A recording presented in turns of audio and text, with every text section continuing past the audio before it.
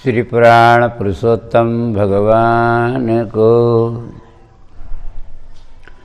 सच्चिदानंद रूपाय विश्वोत्पत्त्यादि Hathaway तापत्रय विनाशाय श्री कृष्णाय वयं नमः। आदरणीय भक्त सज्जनवृन्द, राधे राधे। आउनुहोस् आजको सत्संग कार्यक्रमलाई हामी शुभारम्भ गरौँ। हाम्रो भागवतको कथा यो चातुर्मास्य सत्संग पारायण चलिरहेको छ। हामीले पूर्व प्रसङ्गमा श्रवण गर्यौँ उत्तानपाद राजाका दुईटी पत्नी छन्, सुनीति सुरुचि। सुरुचिलाई बिहा गरेर ल्याएपछि राजाको अत्यधिक आसक्ति सुरुचिमा छ। सुनीतिको आज कदर छैन। यो संसारमा घट्ने एउटा कथा हो, सत्य कथा हो। सुनीति भनेको आध्यात्मिक वृत्ति हो और सुरुचि भनेको भोग वृत्ति हो। मान्छेको जति अनुराग भाव, जति रुचि मान्छेको सुरुचिमा हुन्छ त्यति सुनीतिमा हुँदैन, अर्थात् आध्यात्मिक वृत्तिमा हुँदैन। सुरुचिले सुनीतिलाई देख्न सहन्निन्।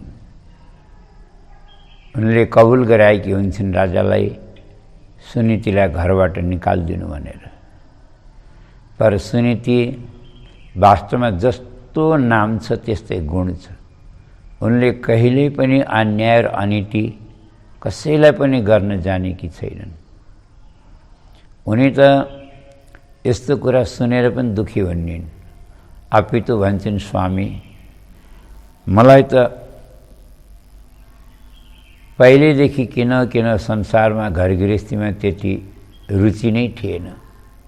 म त एकान्तमा बसेर दिनरात भजन गरेर प्रभुको भक्ति गरेर स्वामी मैले यसै जन्ममा भगवानको दर्शन गर्न चाहन्छु, मैले प्रभुको भक्ति गर्न चाहन्छु, प्रभुको प्राप्ति गर्न चाहन्छु।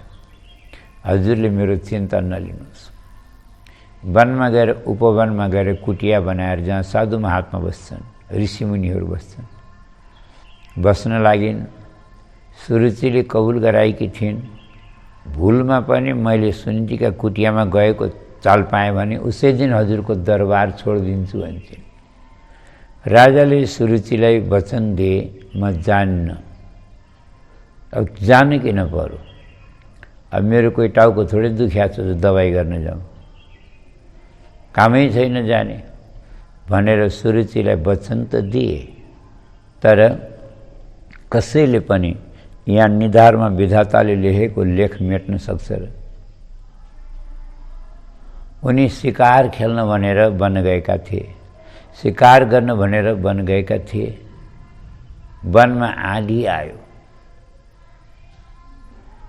तूफान आयो, उनले कहीँ पनि ओत पाएनन्। ऋषिमुनिको कुटिया होला भनेर ओत खोज्दै गएका थिए। अन्जानमा पनि उनी सुनीतिकै कुटियामा पुगेछन्। बाहिरबाट ढोका खटखटाए, भित्रबाट निस्कन्छन् भन्दा त सुनीति निस्कन्छन् भन्दा त द्वारमा राजा। उनले चरणमा प्रणाम गरिन्, राजालाई भित्र लिएर गइन्, आसन टक्राइन्।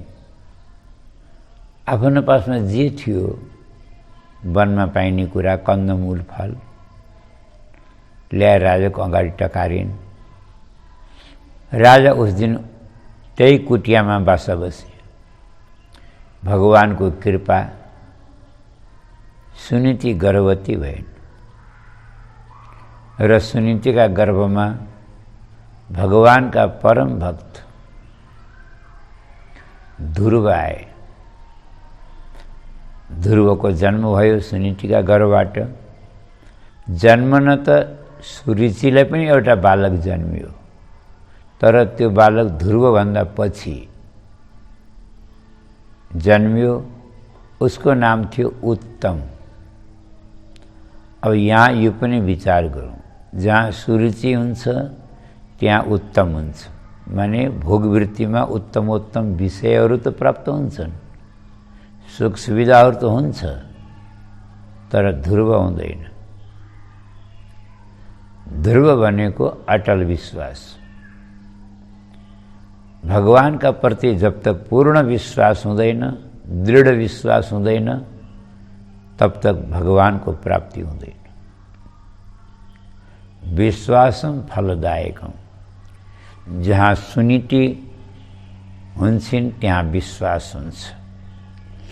और भगवत प्राप्तिमा विश्वासै मुख्य कारण हो।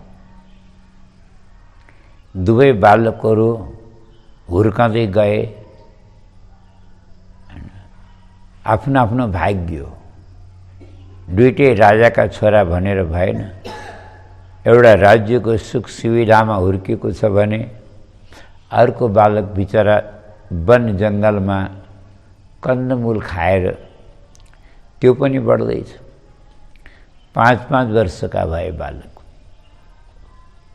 और बालकहरूको आपसमा प्राय व्यवहार हुन्छ। एउटाले अर्कालाई सोध्छन्, तेरो बाबाको के नाम हो, तेरी माताको के नाम हो। ध्रुवलाई पनि एक दिन साथीहरूले सोधे, ध्रुव तिम्रो माताको के नाम हो? ध्रुवले कति आदरपूर्वक बोल्छन्, बड़ा शिष्टताको साथ, मेरी माता श्री को नाम हो श्रीमती सुनीति देवी। अनि तिम्रा बाबाको के नाम हो? बिचरा ध्रुवलाई कसैले बताएकै थिएन बाबाको के नाम हो। बाबाको नाम त आमाले बताएन, थाहा हुने होइन र।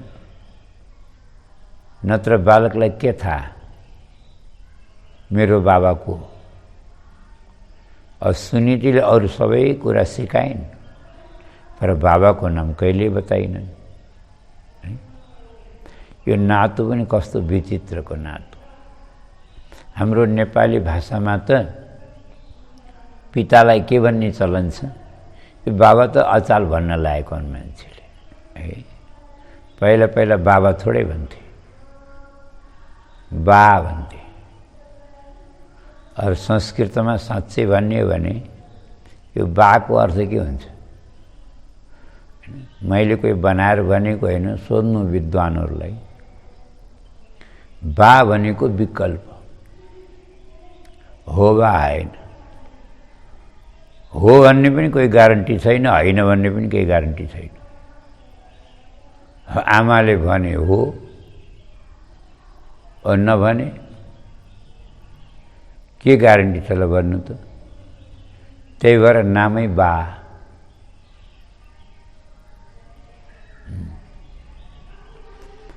अब ध्रुव बिचारा बोल्न सकेनन्।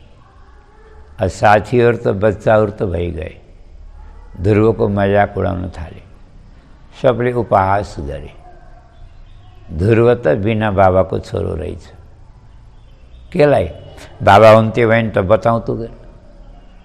हामी सबैका बाबा हुनुहुन्छ, हामीलाई नाम बताउँछौँ, हामीलाई थाहा। खै त ध्रुवलाई। अब कोही बच्चालाई कसैले बिना बाबाको भनिदिएपछि बिचरा उसलाई कति दुःख लाग्छ। ऊ त रुँदै रुँदै आमाको पासमा गयो।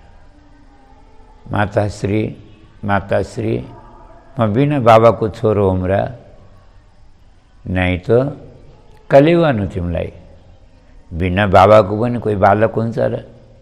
कसले भनेको तिमीलाई?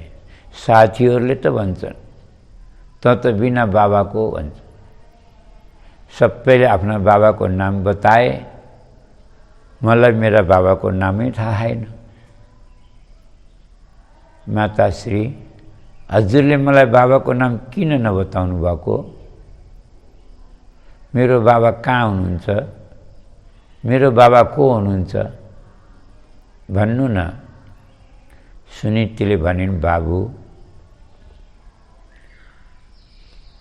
तिम्रो बाबा भनेको बुझ तिमीले, मेरो के नातो पर्यो। आफ्नो पतिको नाम कुनै पनि पतिव्रता नारीले आफ्नो मुखबाट कहिले लिन्छन्? फेरि आजभोलिकाले त लिन्छन् भन्नु होला नि, यो कथा कोही आजभोलिको कथा थोरै हो, यो त पहिला जमानाको। पहिला जमानामा कुनै पनि पतिव्रता नारीले आफ्ना पतिको नाम, अझै पनि बुढा पुराना आमाहरूले आफ्नो पतिको नाम लिँदैनन्। आफ्नो छोराको नाम लिएर हैन बाबुको बाबा भन्छन्, हैन नानीको बाबा भन्छन्, नाम लिँदैनन्। ठिक छ माताश्री, त्यसो भए मलाई कापीमा लेखेर बताइदिनुहोस्, म आफै पढ्छु। हैन मुखले पो बताउनु भएन त कापीमा लेख्न त हुन्छ होला नि। सुनीतिले भने कापीमा लेख्न त हुन्छ, पर तिम्रो अभागिनी आमालाई लेख्न पढ्नै कहाँ आउँछ। यदि मलाई लेख्न पढ्न आउँथ्यो भने सायद तिम्रो बाबाले अर्को बिहा गर्नु नि थिएन होला। मलाई लेख्नै आउँदैन, अनि के बताऊँ? त्यसो भए मलाई ठेगाना बताइदिनुहोस्, म आफै गएर खोज्छु। अब बालकको आँखामा आँसु देखेर त्यो बालकको हट देखेर बिचारी सुनीतिले आफूलाई रोक्न सकिनन्, खटाउन सकिनन्। भनिन्, नरो, तिमी नरो, तिमी कोही साधारण पिताका पुत्र होइनौ, तिमी त यस देशका चक्रवर्ती सम्राट महाराजाका तिमी पुत्र हो। ध्रुव त अचम्म परे, अनि म राजाको छोरो, हामी अनि त्यसो भए जङ्गलमा किन बसेको त? अब बिचारा यसको के जवाब दिनु? सुनीतिले उत्तर दिन सकिनन्। बच्चालाई के जवाब दिउँ भने सोध्दै थिइन्। अब बालकले सुन्न पनि खोजेन, दौडेर गयो साथीहरूका पासमा। तिमीहरूले होइन मलाई बिना बाबाको छोरो भन्ने, ल हिँड, तिमीहरूलाई म आफ्नो बाबाको दर्शन गराउँछु आज। हिँड, म कसको छोरो रहेछु, मैले किन नभनेको। हिँड, तिमीहरूलाई म आफै दर्शन गराउँछु, हिँड। सानो सानो बच्चा त भइगए, बाबाको दर्शन गराउँछु हिँड भनेपछि सबै पछि लाए। ध्रुव त सरासर दरबारमा गए, राज दरबारमा। अच्छा, पहिला जमानामा न यी ब्राह्मणहरूको दरबारमा कति कदर हुन्थ्यो, यो प्रत्यक्ष प्रमाण हो, एउटा नमुना हो। ब्राह्मणका ऋषिमुनिहरूका बालक देखेर दरबारमा कसैले रोकेन, कसैले केही सोध्दा पनि सोधेन। बल्कि राजाले केही दान दक्षिणा गर्न, यिनको दर्शन गर्न सायद बोलाएका होलान्, त्यही भएर आएका, नत्र किन आउँथे भन्ने सोचेर त्यो पालेहरू, पहरेदार प्रहरीहरू ती सबैले झन् उल्टो बाटो देखाइदिन्छन्। यताबाट हो, यताबाट भन्छन्। सोझै भित्र अन्तपुरमा जाने बाटो देखाइदिए। अनि राजा पनि कस्ता कस्ता हुन्थे पहिला जमाना, कस्ता ब्राह्मण। ती साना साना बालक भए पनि ब्राह्मणका बालक हुन् भन्ने जानेर राजा त गद्दीबाट उठेर दौडेर गए। अब ती साना बच्चाका पनि गोडामा ढोक्छन् के। राजाले साना बच्चाका चरणमै गएर ढोगे। अब ब्राह्मणका बालक पनि हेर्नु न, आशीर्वाद दिनु पेटैबाट सिकेर आए जस्ता। साना छन्, पढे लेखे आएनन्, आशीर्वाद कस्तो दिन्छन् दा? दुवै हात उठाएर यसरी। कसैले भन्छन् चिरञ्जीवी भव, कसैले भन्छन् दीर्घायु भव, कसैले भन्छन् यशस्वी भव, कसैले भन्छन् भक्तिमान भव, कसैले धनवान भव, कसैले भन्छन् ऐश्वर्यवान भव। मानो आशीर्वादको वर्षा गरे। राजाले सबलाई ढोक्दै ढोक्दै गए। अब अन्तिममा ध्रुव खडा थिए। ध्रुवलाई पनि राजाले कोही ऋषि कुमार होला भनेर ढोग्न लाए। जसै गोडा ढोग्न लाए, ध्रुव त एकदम झस्किएर पछाडि हटे। क्या नै नै नै नै भन्छन्। केलाई? सबले ढोगाउँदै आशीर्वाद दिँदै गरे। तिमीले पनि ढोगाएर आशीर्वाद देऊ न, किन पछि सरेको? ध्रुवले भन्छन्, आशीर्वाद दिने काम त ब्राह्मणको हो। म त ब्राह्मणको बालक होइन, म त क्षेत्रीको बालक हो। क्षेत्रीहरूका बालकले आशीर्वाद लिने काम हो, दिने काम होइन। म त आशीर्वाद लिनेवाला हुँ, आशीर्वाद दिनेवाला होइन। राजा दङ्गै परे। देख्दा त 5 वर्षको बालक छन्, पर बुद्धि प्रतिभा कस्तो हो। तिमी कुन भाग्यशाली पिताका पुत्र हो बाबु? तिमीले आफ्नो नाम भन त।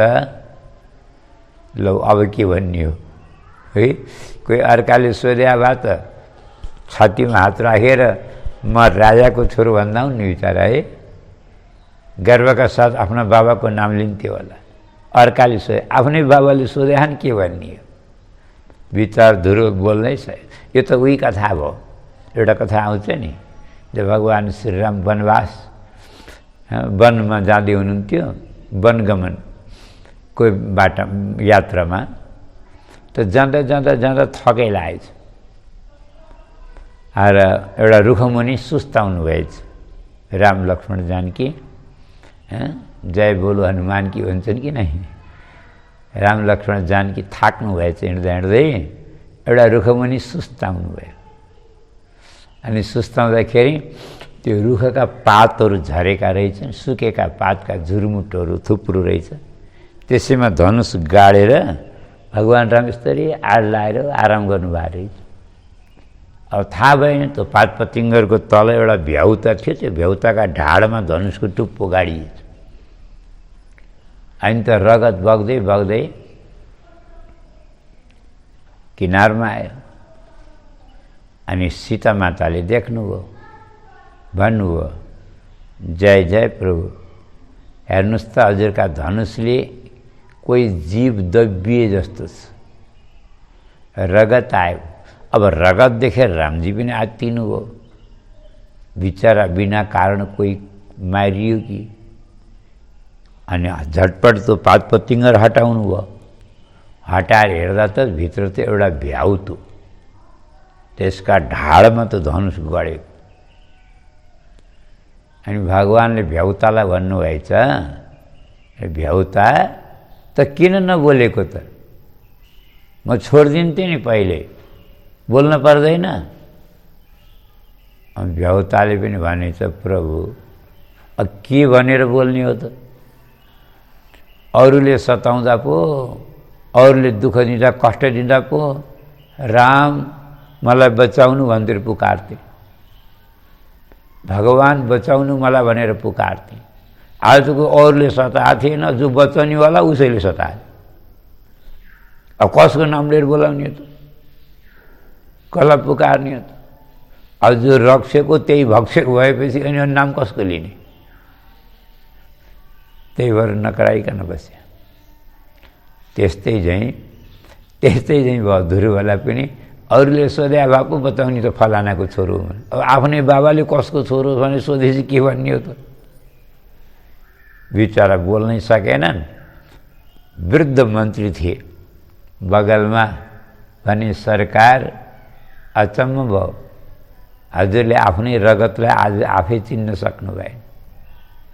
यो अरू कोही होइनन्, सुनीति नन्दन ध्रुव हुन्। अच्छा, यी मन्त्रीलाई सब थाहा थियो। अच्छा, थाहा के थियो? थाहा थियो के भन्ने, भगवानले न एउटा बाँच्ने उपाय भगवानले दिनुहुन्छ कि। यी मन्त्री बडा दयालु थिए र धर्मात्मा पनि थिए। यिनलाई थाहा थियो सुनीति कहाँ बस्थिन् जङ्गलमा। त्यो लुकी चोरी रासन पानी पनि पुर्याउँथे, सेवा गर्थे। उनलाई सबै कुरा थाहा थियो। त्यही भएर आज मन्त्रीले सब भने, सब कुरा भने।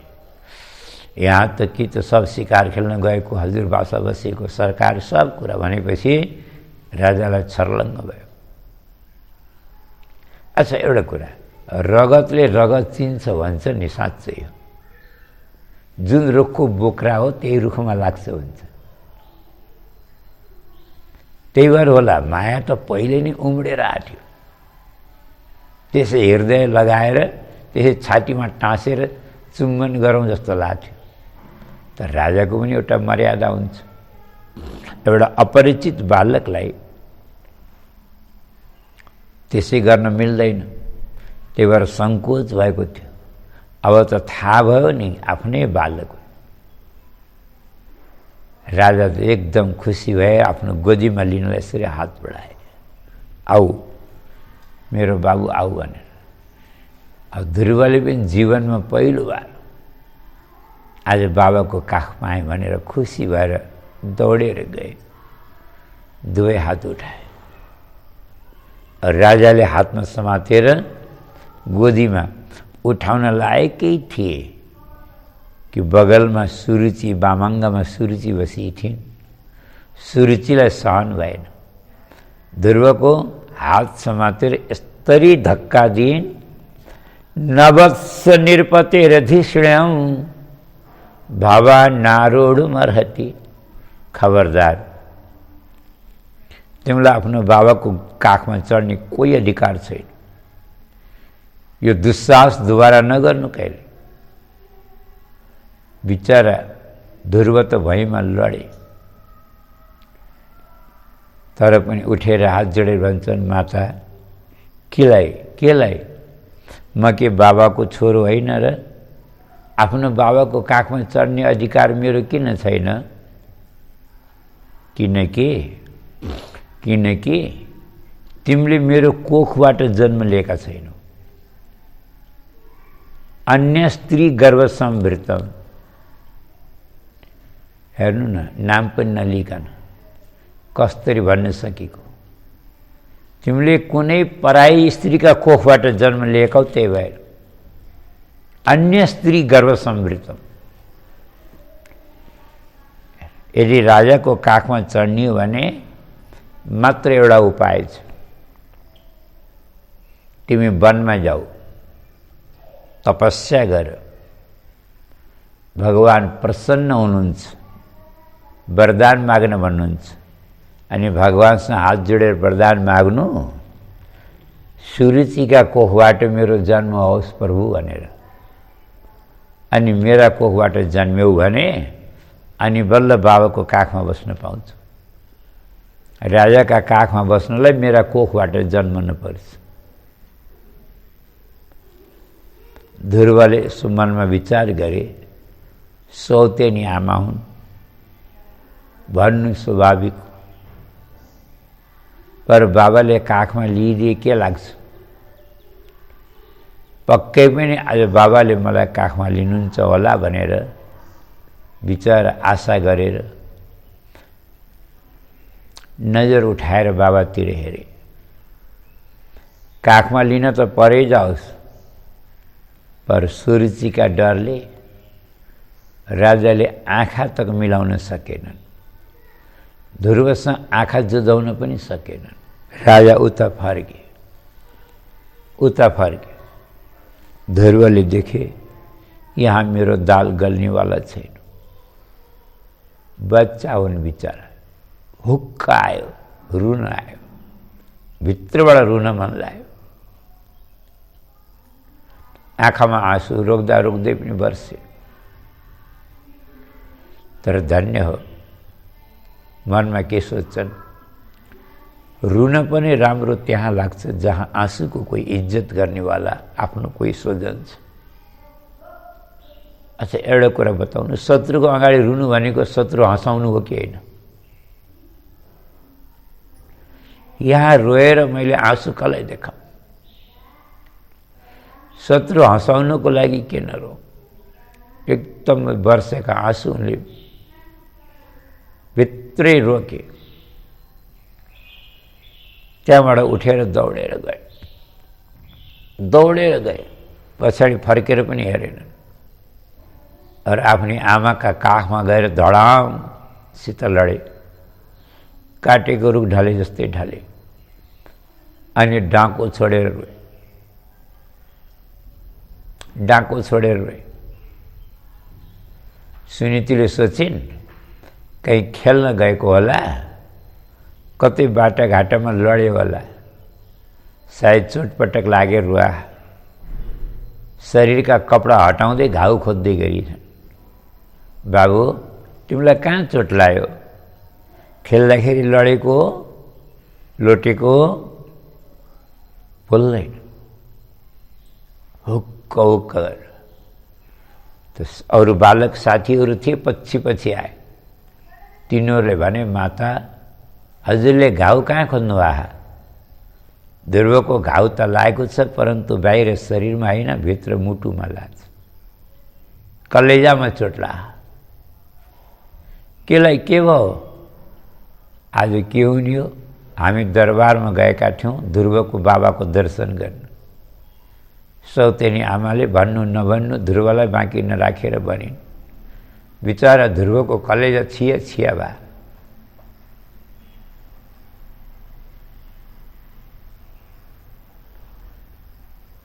रुन दिनुहोस्, मन हल्का हुन्छ।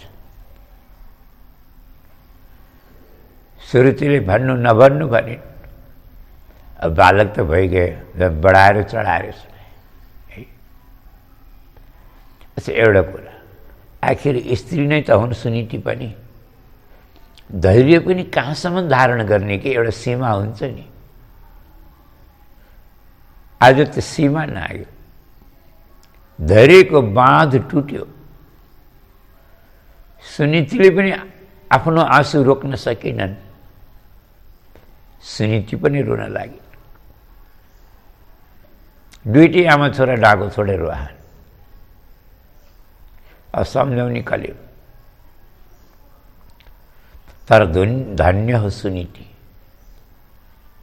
रुँदा रुँदै पनि आफ्नै बालकलाई सम्झाउँछिन्। के भन्छन्?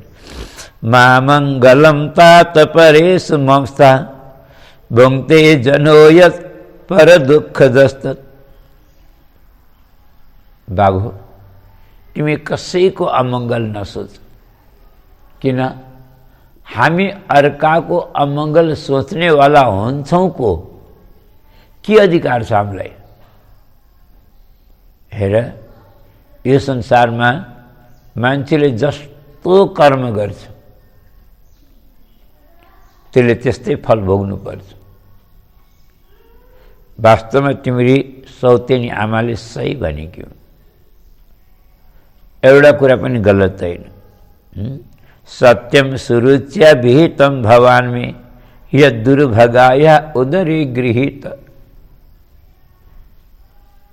वास्तवमा सही भनेकी हुन्। म जस्ती अभागिनी आमाको कोखबाट तिमीले जन्म पायो, त्यही भएर आफ्नो बाबाको काखमा पनि तिमी बस्न पाएन। नरौ, सही हो। अब तिमीले सौतेनी आमाले जो अर्को वचन भने नि, वनमा गएर तपस्या गर। बाबु, मेरो पुत्र, म तिमीलाई सत्य भन्छु, अनमोल वचन हो यो सत्य हो। वनमा गएर भगवानको भजन गर्नु कोही नराम्रो कुरा होइन। तिम्रै बाबाले पनि त्यो राजगद्दी त्यसै पाउनु भएको होइन। वनमा गएर तपस्या गरेर भजन गरेर भगवानको कृपाले नै पाउनु भएको। तिम्रो हजुरबाले पितामहले त झन् भगवानको भजन गरेर त्यो परम पद पनि प्राप्त गर्नुभयो। अब तिमीले पनि भगवानको यदि भजन गर्यौ, तपस्या गर्यौ, भगवानको दर्शन पायो भने तिमीले पिताको गोदी त के, परम पिता परमात्माको गोदीमा पनि बस्न पाउँछौ। तिम्रो मनमा जे इच्छा छ सब पाउँछौ। अच्छा, एउटा कुरा है, संस्कारी बालकलाई इशारा बहुत हुन्छ। आखिर ध्रुव कोही साधारण बालक थिएनन्। एउटा संस्कारी बालक थियो, पूर्व जन्मको संस्कार थियो। विचार गरे, सौतनी आमाले हेलैमा सही, पर भनिन् त भगवानको तपस्या गर। चाहे हेला गरेर भनिन्, पर भनिन् त भगवानको भजन गर। अरे मेरी आफ्नी आमाले पनि भगवानको भजन गर्नु राम्रो भन्छन्, त राम्रो हो भने मैले पनि भजन किन नगरौँ त? अरे भजन गर्ने नै हो भने किन बुढेसकाल पर्खेर बस्ने? कसले देखाएको छ बुढेसकाल आउँछ कि आउँदैन? आजै किन नगरौँ त? त्यस्तो सोचेर उनले त लाएका थिए जो कपडा थिए नि, अलिअलि गहना आभूषण कपडा, गहना कपडा, ती सब उतारेर राखे। आमालाई साष्टाङ्ग दण्डवत गरे। तपस्या गर्न जाँदा यिनी कपडाहरूको के काम? बिचरा माताले कहीँबाट पहिरायो। माता, अब त मलाई आशीर्वाद दिनुहोस्, म आजै भगवानको तपस्या गर्न जान्छु, मलाई आशीर्वाद दिनुहोस्, मलाई भगवानको दर्शन प्राप्त होस्। बिचरा सुनितेलाई रुन त मन लाग्थ्यो, बेसरी लाग्थ्यो।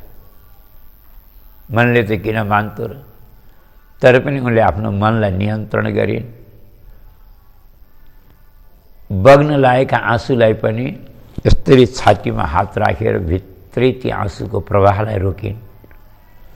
किनकि उनले सोचिन्, कदाचित बालक जान त लाग्यो, वनमा गएर तपस्या गर्न लागेका बेलामा कहीं मेरा आँसुको याद आएर, कहीं भगवानको याद नआएर मेरा आँसु नै याद आयो भने बिचराको तपस्यामा कहीं विघ्न नपरोस्।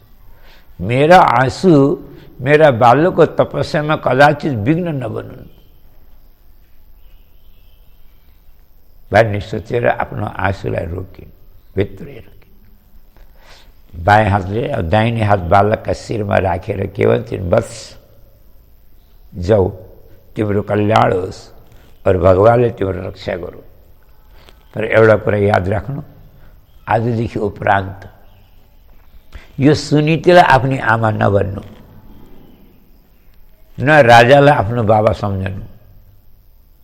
तिम्रो बाबा भने पनि आमा भने पनि भगवान। भगवानलाई नै बाबा सम्झनु, भगवानलाई नै आमा सम्झनु।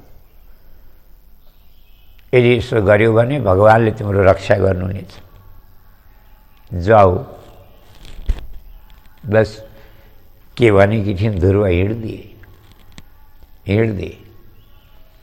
आखिर स्त्रीको मन हो नि, मुखले जाऊ भने पनि मनले त किन मान्थ्यो र? कुर्कुच्चो उचाली हेर्छिन् कि कहाँ पुग्यो भन्दै। टाढा गयो त रुखमा चढेर हेर्छिन्, रुखमा चढी हेर्छिन् कहाँ पुग्यो। जब तक देखिँदै थियो नि तब तक त हेर्दै थिइन्। जब बालकले डाँडो काट्यो तब त सुनीति रोक्न सकिनन्, आफूलाई धैर्य धारण गर्न सकिनन्। आज काटेको केराको रुख ढले जस्तै धडमसित लडिन्, मूर्छित भए, बेहोस भए। हल्ला भयो, ध्रुव गयो। लाई पानी छर्केर होसमा आएपछि आकाशतिर फर्केर हात जोडेर भन्छन्, बालो में नवनीत कोमल बपु दिनो गृहात्मे श्रित। आज मेरो 5 वर्षको बालक प्रभु आज हजुरको आराधना गर्न भनेर वनमा गएको छ। यसको रक्षा गर्ने जिम्मेवारी प्रभु मैले हजुरलाई नै सौंप्छु। चाहे मार्नु, तार्नु, रक्षा गर्नु, दुःख सुख दिनु, जे हजुरको जेसुकै हजुरको हो, बाँकी हजुरले जान्नुहोस् जेसुकै जे गर्नु, यथा योग्यम तथा कुरु। भगवानलाई सौंपेपछि त भगवानको जिम्मेवारी भयो नि, होइन र? अब ध्रुव हिँडे वनतिर। अब कसरी वनमा जाने हुन्, कसरी तपस्या गर्ने हुन्, मन्त्र तन्त्र केही थाहा छैन, ज्ञान छैन। कहाँबाट मन्त्र पाउँछन्, कसरी गर्छन्, के गर्छन्, यो सब हामी अर्को भागमा भोलिको कथामा निवेदन गरौँला। आजलाई यहीँ विश्राम यो प्रसङ्गलाई। बोले श्री राधा रस बिहारी भगवान को।